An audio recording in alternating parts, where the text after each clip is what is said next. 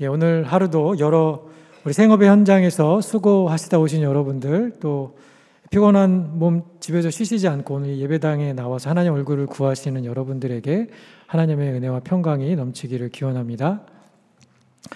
우리가 몇 주 전 기도 예배에서 함께 기도하였던 우리 예배위원회 팀장으로 섬기시는 원집사님 아버님 지난주에 이제 소천하셨다라는 소식을 우리가 기도 예배 중에 함께 나누었었습니다. 성도님께서 소천하시기 전에 병원 ICU에 계실 때 제가 병원 신방을 갔었습니다. 이아래 가신 뒤 이제 이틀 뒤였지만 제가 병원 가기 전에는 아버님 의식이 나지 않은 상태여서 저는 그냥 원집사님 좀 위로해 드리려고 갔었는데 마침 제가 방문했을 때 아버님이 이렇게 깨어 계셨습니다. 뇌출혈 때문에 말을 하시지 못하셨고 여러 검사가 진행 중이고 깨어나지 얼마 안 되어서 정신이 없어 보이긴 했지만 이렇게 말씀을 드리면 반응을 하시고 그래서 제가 급히 복음을 전했습니다. 원래 준비해 갔던 다른 설교 말씀이 있었지만 아버님 의료적인 상황이 그렇게 좋지 않다는 얘기를 방문 전에 들었기 때문에 기회가 주어졌을 때 복음을 전해야겠다라는 그런 마음으로 복음을 전하고 영접기도 인도했습니다. 말을 하시지 못했기 때문에 기도하는 것을 제가 듣지는 못했지만 아프고 정신이 몽롱한 중에도 아버님 영접기도를 따라하신 것 같은 확신이 들었습니다. 그리고 영접기도를 같이 들었던 원집사님은 뒤에서 울고 계셨어요. 아버님의 불안한 의료 상황 때문이었는지 아니면 아버지가 예수님을 영접했다라는 그 사실 때문에 그랬는지는 잘 몰랐지만 나중에 목자님을 통해서 들어보니 부모님 예수님 영접을 위해서 원집사님 부부가 함께 기도해 왔다고 그렇게 나중에 듣게 되었습니다. 자, 그리고 2주 후에 상황이 더 악화되어서 지난주 수요일에 몸에 달고 있었던 모든 의료기기를 제거하기 전에 제가 한 번 더 병원에 방문해서 가족들과 임종예배 드렸습니다. 원성도님의 얼굴은 지쳐 보였지만 이 의식이나 반응하는 모습은 전보다 더 뚜렷하셨고 그리고 이제 다시 기회가 없겠다. 그리고 제가 그 전에 영접기도 했을 때 혹시나 하는 마음에 다시 한번 예수님 영접하는 기도를 인도했고 마지막에 아버님이 아멘 하시는 것처럼 어눌한 혀가 움직이는 것을 제 눈으로 보았습니다. 그리고 가족들이 아버님과 작별 인사를 하도록 얼른 병실을 나왔는데 3시간도 채 지나지 않아서 성도님께서 소천하셨다는 메시지를 듣게 되었습니다. 아무도 이런 사고가 있을 거라 예상하지 못했습니다. 알았다면 원집사님 부모님께서 이런 일이 있을 것이라 알았다면 미국에 방문하셨을까 그런 생각이 듭니다. 성도님 아들 집에 100일 된 손자를 보러 오셨다가 뇌출혈이 발생했고 병원에 실려가셔서 3주도 되지 않은 하늘나라 가셨습니다. 이미 고인이 되셨지만 여러분 한번 생각해 보십시오. 죽음을 앞둔 환자에게 무엇이 소중하겠습니까?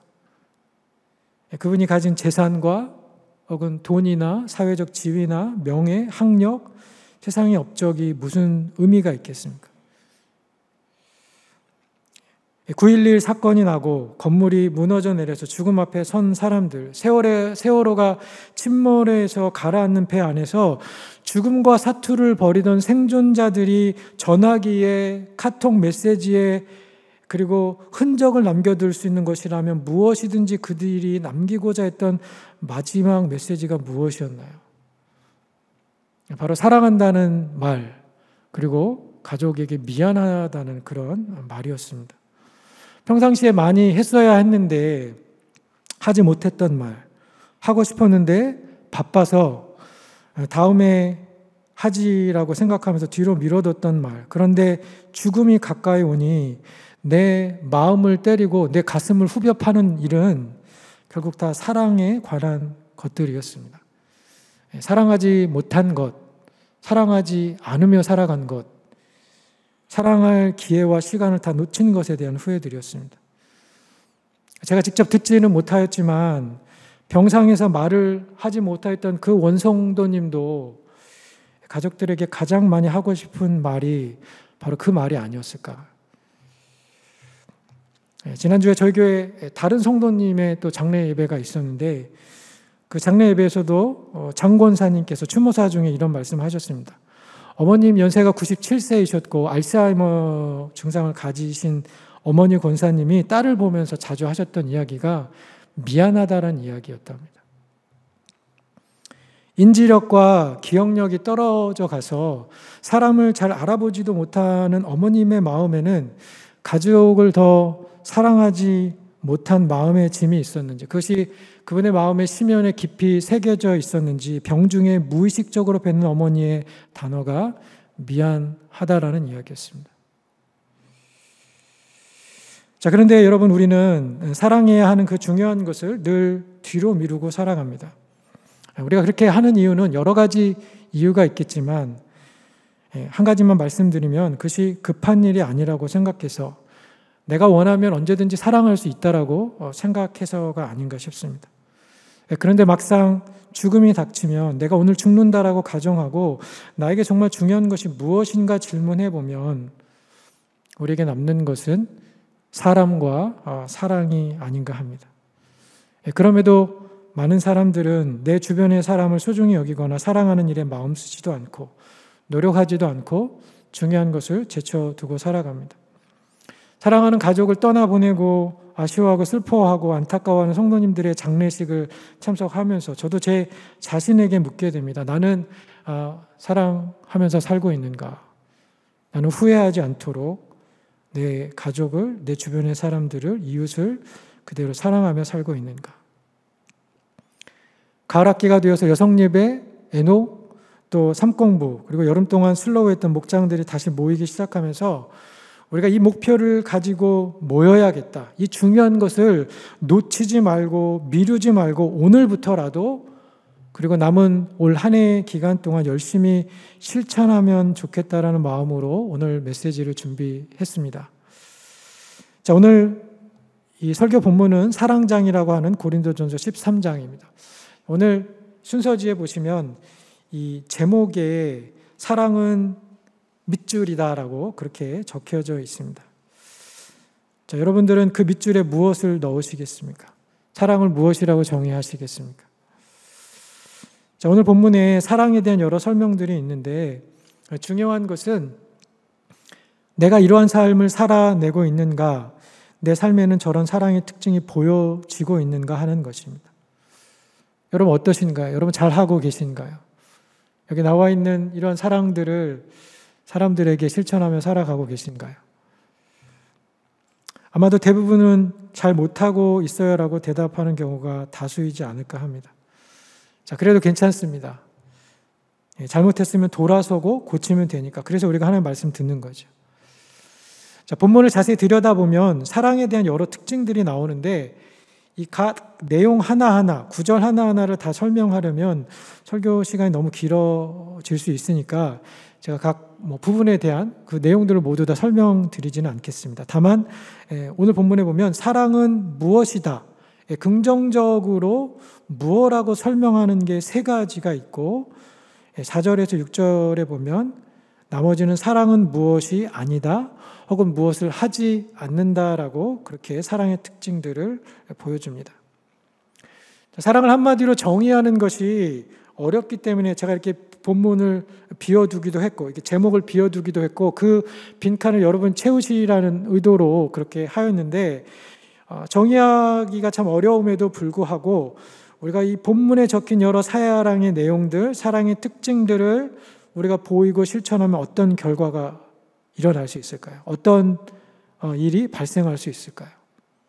그것은 끊어진 관계가 회복되고 치유가 일어날 수 있습니다. 분리되었던 것들이 하나가 되고 연결되어 줄 수 있습니다. 그것이 오늘 제가 본문을 통해서 전하고 싶은 오늘 설교의 첫 번째 포인트, 사랑의 첫 번째 정의입니다. 사랑은 이어짐을 향한 전인적인 헌신이다. 한번 따라해 보실까요? 사랑은 이어짐을 향한 전인적 헌신이다. 네. 끊어진 관계를 회복하기 위해서 예수님이 이 땅에 오셨죠. 멀어지고 절단되었던 하나님과의 관계, 그리고 사람과 사람과의 관계를 하나가 되게 하기 위해서 예수님이 오셨습니다. 이것은 우리가 왜 서로 사랑해야 하는지, 교회가 왜 사랑으로 특징 지어진 공동체가 되어야 하는지에 대한 구체적인 근거와 설명이 됩니다. 하나님이 사랑이시기 때문에, 그 사랑으로 세상을 창조하셨고 사랑을 하나님 자신과 나누기 위해서 주님이 사람을 지으셨습니다. 자, 그런데 하나님과 같이 되고자 하는 욕심으로 인하여서 죄가 인간에게 들어오고 그 결과 사망이 우리에게 임하였습니다. 성경이 말하고 있는 사망은 단순한 육체적인 생명이 끝이 나는 것을 넘어서 하나님과의 분리, 다른 사람과의 분리를 만들었습니다. 생명이신 하나님에게서 떨어져 있으니, 하나님을 멀리하니 그 상태는 저주받은 것과 다름이 없는 분리가 인간에게 찾아왔고, 그 상태 자체가, 다른 사람들과 떨어져 있는 그 상태 자체가 우리에게 절망과 사망이 되는 것이죠. 자, 그런데 이러한 끊어짐과 분리, 인간의 절망의 상태를 해결하기 위해서, 그것을 다시 잊기 위해서 예수님이 오신 것입니다.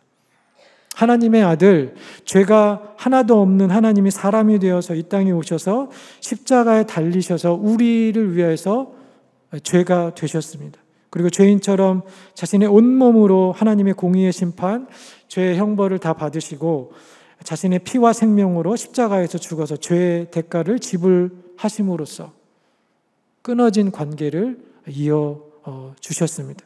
하나님과 인간, 그리고 인간과 인간 사이에 있는 모든 장벽들과 장애물을 무너뜨리면서 하나가 될 수 있는 길을 열어주신 것이죠.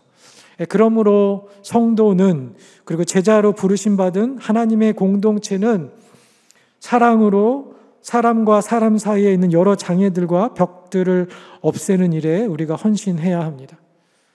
나이와 성별과 또 경제력이나 인종이나 부와 교육의 정도, 사회적 지위 등으로 사회가 당연시 여기면서 부과하는 그런 차별의 기준들을 뛰어넘어서 하나가 되기 위하여서 힘써야 하는 것이죠. 그렇지 않으면 우리의 모임은 취미나 재미를 위하여서 모이는 세상의 클럽이나 사교 모임과 다를 바가 없을 것입니다.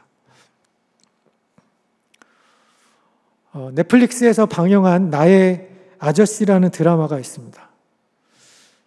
드라마 보신 분 한번 가만히 계셔 보실까요? 자, 저는 드라마를 안 보다가 제 아내가 이건 목회자가 꼭 봐야 되는 인생 드라마라고 저를 설득을 해서 드라마를 이렇게 인내심을 가지고 보았습니다. 제가 처음에 보니까 너무 이렇게 초반에 드라마 분위기가 어둡고 음산하고 무거워서 중간에 보다가 그만뒀거든요. 자, 근데 시간이 지나서 다시 보게 되었는데, 드라마 주인공 20대 소녀 지안이라는 여자가 나오죠. 아이유가 주인공으로 나왔던 20대 소녀 가장이었습니다. 가족을 괴롭히는 사람을 우발적으로 죽여서 감옥에 갔다 온 지안은 희망이 없는 삶, 외로움과 가난과 이 폭력의 현실에 치여서 세상을 저주하듯이 증오하면서 살아갑니다. 그러다가 우연히 대기업 건축회사에 알바생으로 들어가는데 누구도 그녀를 환대하지 않습니다. 직장에서 그녀는 능력 없고 또 인정도 환영도 받지 못하는 비정규직 알바생일 뿐입니다. 자, 그런데 그런 지안이를 따뜻하게 대어주었던 한 사람이 있었는데 그가 바로 박 부장이라는 사람이었죠. 드라마에서 지안이가 이런 이야기를 했습니다. 박 부장님 때문에 회사가 좋아졌다고. 박 부장님 때문에 이 회사 앞을 지나갈 때마다 회사가 잘 되기를 바라게 되었다고. 박 부장님 때문에 뭔가가 하고 싶어졌다고. 박 부장님 덕분에 내가 살고 싶어졌다라고 그렇게 이야기했습니다. 모두가 차갑게 따가운 시선과 눈총으로 차별과 무관심으로 대하였지만 나를 사람답게 받아주고 사람으로 보고 인정해준 그 한 사람 때문에 희망의 문을 걸어 잠궈 두었던 지안이에게 삶의 의욕이 생기고 살고 싶은 의지와 욕망이 생겨난 것이죠. 여러분, 내 주변에는 나로 인해서 이렇게 말할 수 있는 사람이 있을까요? 내가 형제님 때문에, 내가 자매님 때문에 이 교회에 다니고 싶다고, 내가 당신 때문에 예수님 믿게 되었다고, 내가 목자 부목자님의 섬김 때문에 목장에 나오게 되었다고, 내가 받은 사랑과 친절이 너무 감사해서 나도 이제 당신처럼 살고 싶노라고, 나도 당신처럼 다른 사람을 복주는, 다른 사람에게 사랑을 나누는 그런 삶을 살고 싶노라고, 그렇게 말하는 그런 사람이 여러분 주변에 있으신가요? 저와 여러분이 그런 사람이 되어지기를 바랍니다. 하나님이 우리를 어둠 가운데서 빛으로, 하나님의 자녀, 또 교회로 부르신 이유는 그런 빛의 아름다움과 찬란함을 보여주라고. 하나님 믿는 자녀는 세상 사람들이 사람을 대하는 방식과 다르게 사람을 대하고 환대함을 보여주기 위함입니다. 그래서 지안이 같이 소외되고 외롭고 눈총받는 사람도 우리 안에 들어와서는 사람 대접을 받고 사랑받을 수 있고 사랑받아야 마땅함을 그들로 알게 하는 것입니다. 사람들이 만들어 놓은 온갖 종류의 그 편협하고 삐뚤 사회적인, 경제적인, 도덕적인 기준에 모자란다라고 생각해서 세상이 쉬이 무시하고 깔보고 차별하는, 세상에서 사랑받지 못하는 그런 사람들을 우리의 품 안으로 안으라고, 그들을 내 마음과 내 삶과 내 시간 안에 자리를 내어주라고 주님이 저와 여러분을 부르시는 것이죠.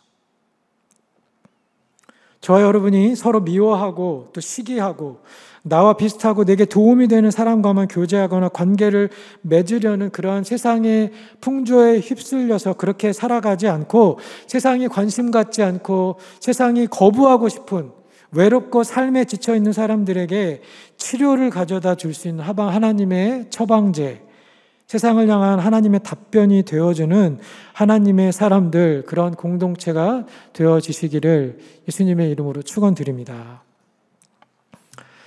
자, 사랑이 답이다. 사랑을 해야 하는 것은 알겠는데, 목사님 어떻게 하면 그럼 오늘 본문에 나와 있는 이러한 내용들을 우리가 실천하면서 살아갈 수 있을까요? 어떻게 하면 오래 참고, 어떻게 하면 온유하고 또 진리와 함께 기뻐하는 그런 삶을 살 수 있을까요? 그렇게 묻고 싶은 분이 있을 수 있을 것 같습니다. 바울이 말하는 오늘 이 본문에 적혀져 있는 여러 특징의 사랑을 실천하는 것은 단순히 내 결심과 의지의 문제로 이루어질 수 있는 것들이 아닙니다. 내가 저 사람을 향해서 오래 참아야지, 내가 저 사람에게 화를 내지 말아야지, 내가 저 사람에게 더 잘해주어야지라고 그렇게 노력한다고, 결심한다라고 내 인내력이 갑자기 커지거나 길러지거나 그 사람에게 가졌던 화가 없어지거나 또 사랑스럽지 않은 사람이 갑자기 우리에게 사랑스러워지지 않습니다. 그럼 어떻게 우리가 본문에 적힌 저런 사랑의 특징들을 할 수 있는 힘, 저런 사랑이 우리 안에, 우리 삶에 자리 잡힐 수 있을까?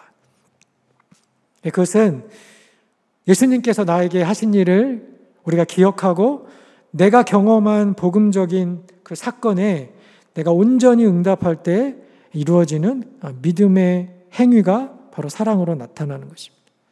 자, 오늘의 설교의 두 번째 포인트인데요. 사랑은 예수님이 나에게 베푸신 사랑과 은혜에 대한 내 믿음의 답변과 결과입니다. 같이 한번 읽어볼까요? 시작. 사랑은 예수님이 나에게 베푸신 사랑과 은혜에 대한 내 믿음의 답변과 결과이다.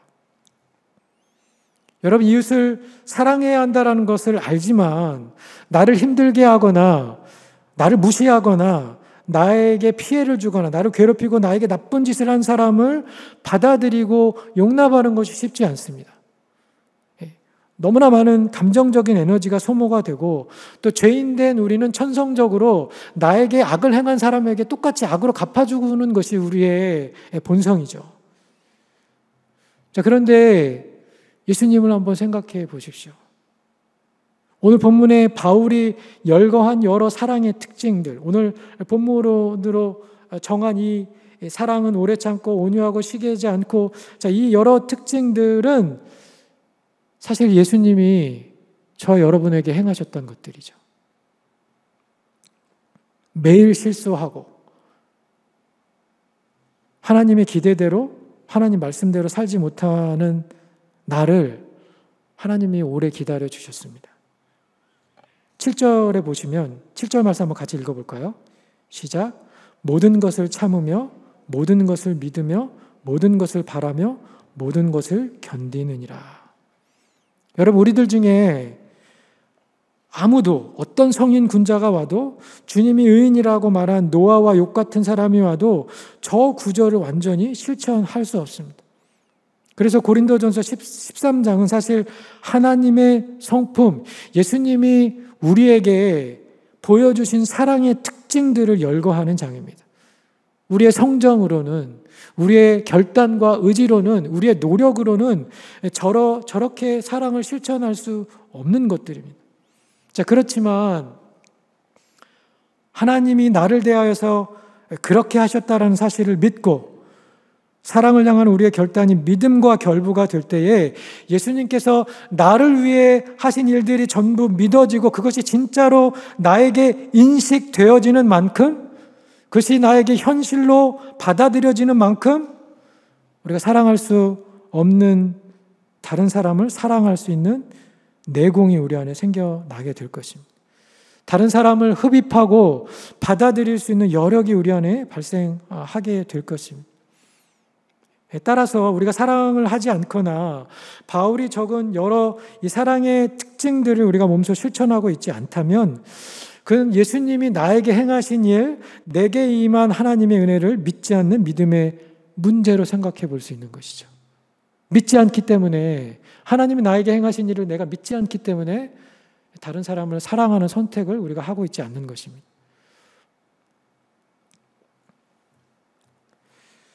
새롭게 하소서에 나와서 간증을 하는 어떤 목사님이 자기 딸에 대한 간증을 하시는데 이런 말씀을 하셨습니다. 딸이 3명이 있었는데 첫째 딸은 아주 모범적인 딸이었답니다. 그런데 둘째 딸은 목사님 부부에게 늘 반항하고 자주 싸우면서 원수지간처럼 그렇게 지내고, 목사님의 셋째 딸은 교회 나오지도 않고 학교 자퇴하고 알바하면서 버는 돈으로 맨날 PC방 가고 담배 피고 이런 딸이었대요. 그래서 성도님들 기도 제목이 목사님 막내딸 교회에 나오는 것이었답니다.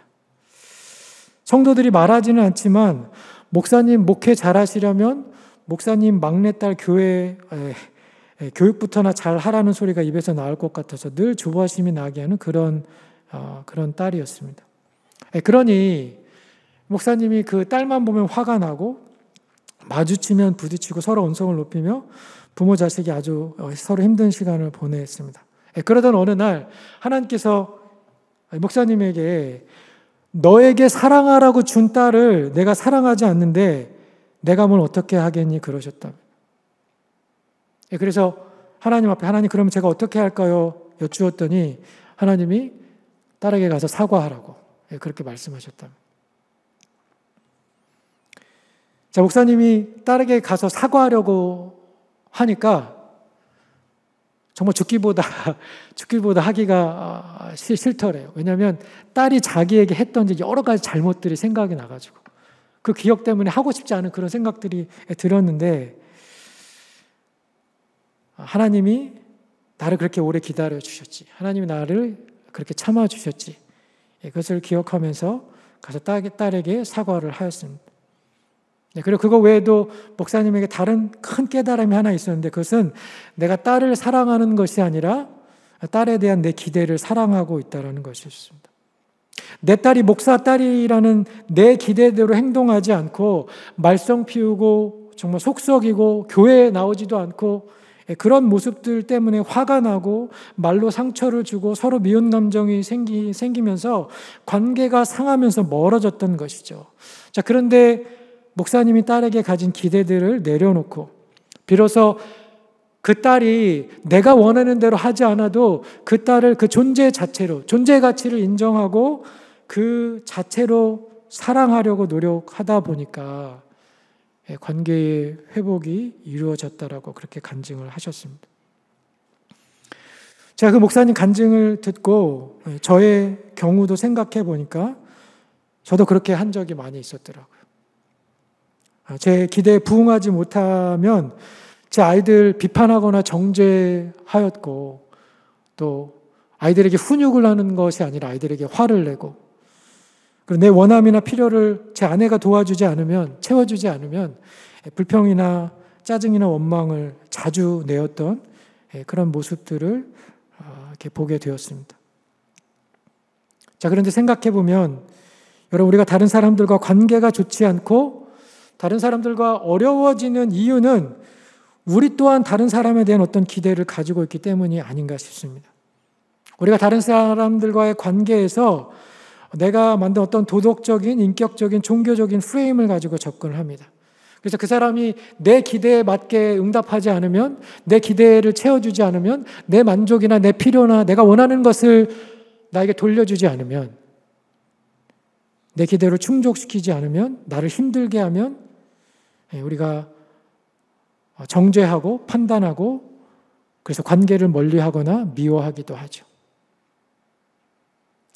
자, 그렇지만 우리는 그 사람이 내가 원하는 대로 하지 않아도, 내 기도를 충족시키지 않아도 사랑하는 것을 선택할 수 있습니다. 왜 그런가요? 예수님이 그렇게 하셨기 때문이죠. 예수님이 그렇게 참으시고 오래 기다리시고 우리에게 온유하셨고 우리를 진리로 대하셨기 때문입니다. 누가복음 15장에 나오는 탕자처럼 아버지를 떠나서 정말 흥청망청하게 자기가 주인 되어서 살아가고 있었던 우리를 주님이 오래 기다려 주셨고 지금도 여전히 그렇기 때문에 저와 여러분들이 오늘 이 자리에 있습니다. 여러분, 교회 안에서, 목장 안에서 여러분의 기대에 부응하지 못하는 사람들, 내가 참 참기 어려운 사람들, 내가 싫어하고 피하고만 그런 싶은 사람들, 내 눈에 가시처럼 미운 사람이 있을 때 예수님 사랑하고 예수님 바라보시는 저와 여러분이 되기를 바랍니다. 주님이 나를 어떻게 참아주셨는지, 얼마나 오래 기다려주셨는지를 묵상하여 보십시오. 우리가 요즘에 에스겔서 묵상하고 있지 않습니까? 에스겔서에 나오는 유다 백성들처럼 정말 오랫동안 불순종하고 대를 이어서 출애굽을 했던 세대나 또 가나안 땅에 들어갔던 조상 세대나 그리고 포로로 잡혀와 있었던 그 유다 백성들이 정말 대를 이어서 하나님을 불순종하고 하나님 앞에 우상숭배 죄악을 여전히 끊어버리지 못하는 그러한 백성들을 하나님이 얼마나 오래 참고 계신지, 얼마나 기다리고 계신지 우리가 볼 수 있지 않습니까? 우리가 앞에서 사랑은 이어짐을 향한 헌신이다라고 말씀드렸는데 우리가 본문의 내용을 이렇게 적용해 볼 수 있겠습니다. 시기하는 사람, 자기의 유익을 구하는 사람, 그런 사람을 주님이 나에게 그러하셨듯이 우리가 주님의 시선으로 기다려주는 것입니다.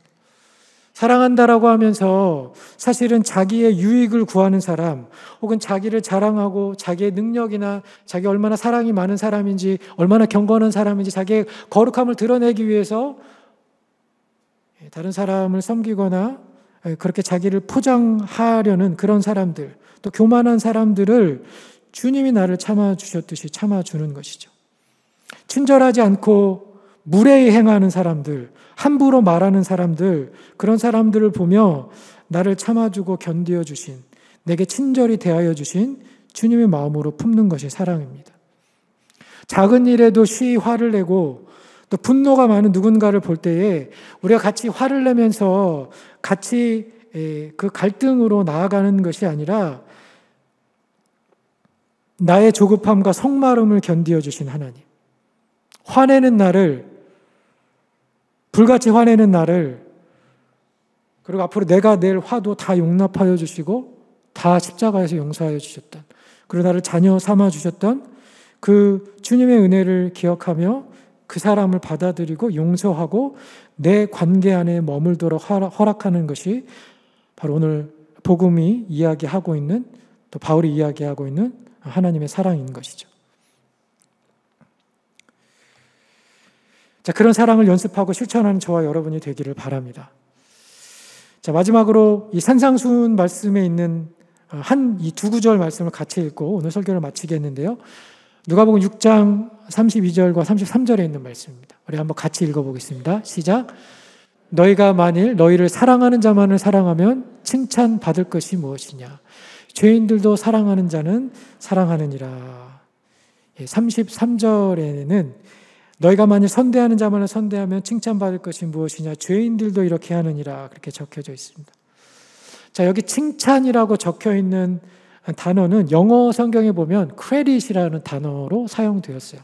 그런데 이 단어의 헬라어 원문을 보면 이 칭찬이라고 적혀진 단어는 은혜를 의미하는 카리스입니다. 카리스.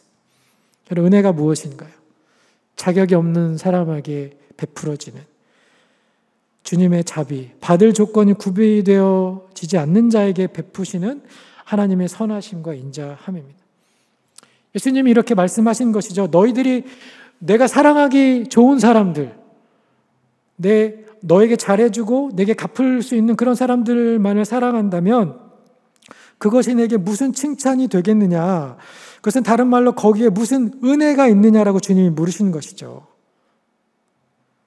너희들이 행한다고 말하는 사랑행위에 자격이 없는 자에게 주어지는 은혜가 없다면 그것이 너에게 무슨 칭찬이 되겠느냐? 그것이 너에게 무슨 은혜가 되겠느냐? 그것이 정말 카리스이냐? 그것이 은혜냐라고 주님이 저와 여러분에게 물으시는 것이죠.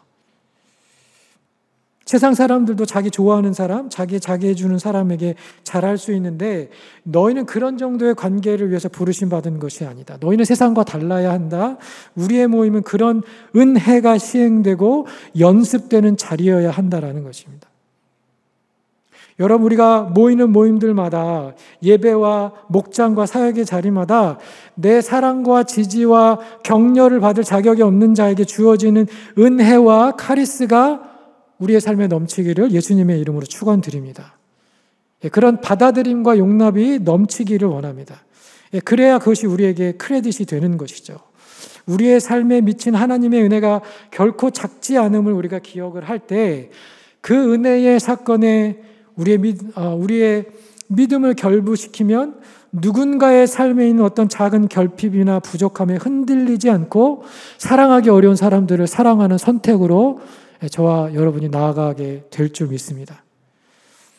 내가 하나님께 받은 은혜를 내 의지와 성정으로 사랑할 수 없는 사람들에게 믿음을 적용시켜서 하나님의 헤세드와 같이 신실하고 꾸준하고, 그래서 이전에 사랑할 수 없었던 사람을 사랑하는 기적이 저 여러분의 삶에 시작되고 세상에서 경험할 수 없는 사랑이 우리의 삶과 우리 공동체에 넘쳐서 치유와 회복이 일어나고, 그래서 죄인과 원수도 친구와 이웃이 되는 그 이어짐의 축복이 우리의 삶에 가득하기를 예수님의 이름으로 축원드립니다.